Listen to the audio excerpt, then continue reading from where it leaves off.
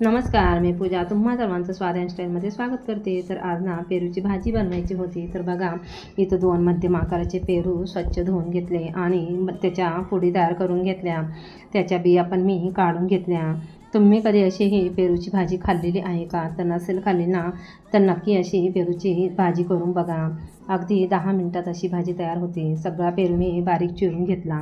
आता फोडणीसाठी जिरे, लाल तिखट, हळद, गूळ आणि चवीनुसार मीठ घेतलं.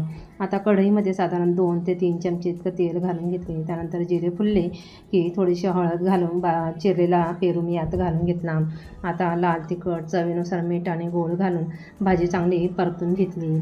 आता झाकण ठेवून 10 मिनटं बारीक गॅसवर भाजी चांगली शिजवून घेतली. तयार आहे आपली ही पेरूची भाजी. नंतर थोडासा शेंगदाण्याचं कूट घालून भाजी चांगली मिक्स करून घेतली. तर तुम्हाला हा व्हिडिओ आवडला तर लाईक, शेअर, सबस्क्राईब करायला विसरू नका. पुन्हा भेटूया पुढच्या व्हिडिओमध्ये. तोपर्यंत धन्यवाद.